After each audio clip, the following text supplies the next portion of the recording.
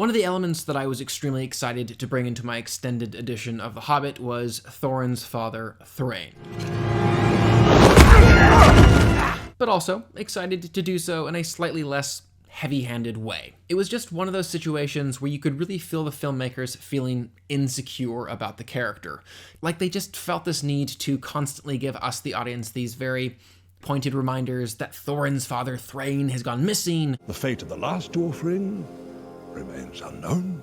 And he had one of the 7 dwarven rings. The ring that was borne by Thrain. And where could he be? And he's still alive. He still lives, I am sure of it. So what I ultimately did was leave in portions of those dialogue scenes, but an amount that respected the audience just a little bit more and encouraged them to really pay attention and remember these specific elements. Also, when we got to Dol Guldur and finally met Thrain, I also decided to pull back on those sequences just a little bit as well. And one of the main things that I removed was all of the visual flashbacks to the battle outside of Moria.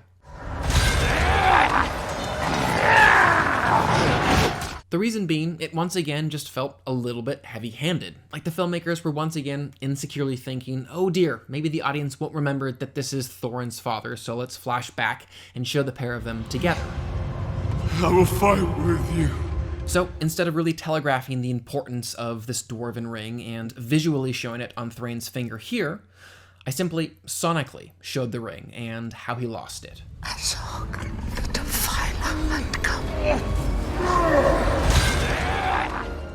I didn't completely trash these flashback sequences though, just repurposed them elsewhere. One of the things that I always felt was missing during this sequence was a visual of Thrain. He was mentioned by Balin. Thrain, Thorin's father, was driven mad. But he was never seen. So what I simply did was transplant this flashback sequence from The Desolation of Smaug over here into An Unexpected Journey. He went missing, taken prisoner or killed. We did not know.